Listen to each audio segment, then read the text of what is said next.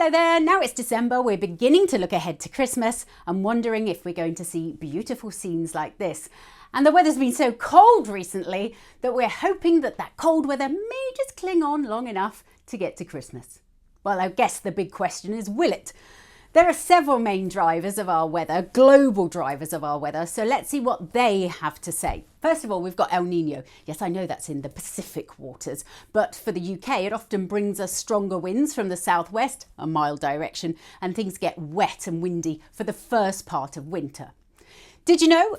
As well as having El Nino in the Pacific, there's also a similar thing in the Indian Ocean called the Indian Ocean Dipole. That's positive at the moment, and for us that again normally brings southwesterly mild winds across the British Isles. There's also a thing called the QBO, winds high up in the atmosphere, and they change direction every 14 months or so. At the moment they're easterly, and that means for us that the winds from the west are often slightly weaker, so they could allow colder winds in from elsewhere.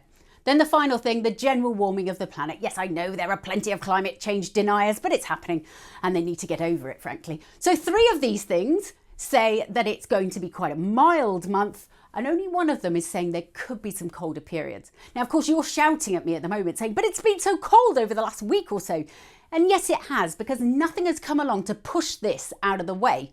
So it's just stayed over us, stayed very, very cold. But look at what happens over the weekend and as we head into next week. This huge system works its way across us, and after that, things generally do turn more unsettled. So it looks like for Christmas, it may well be more like this than a winter wonderland. But hey, I've been wrong before.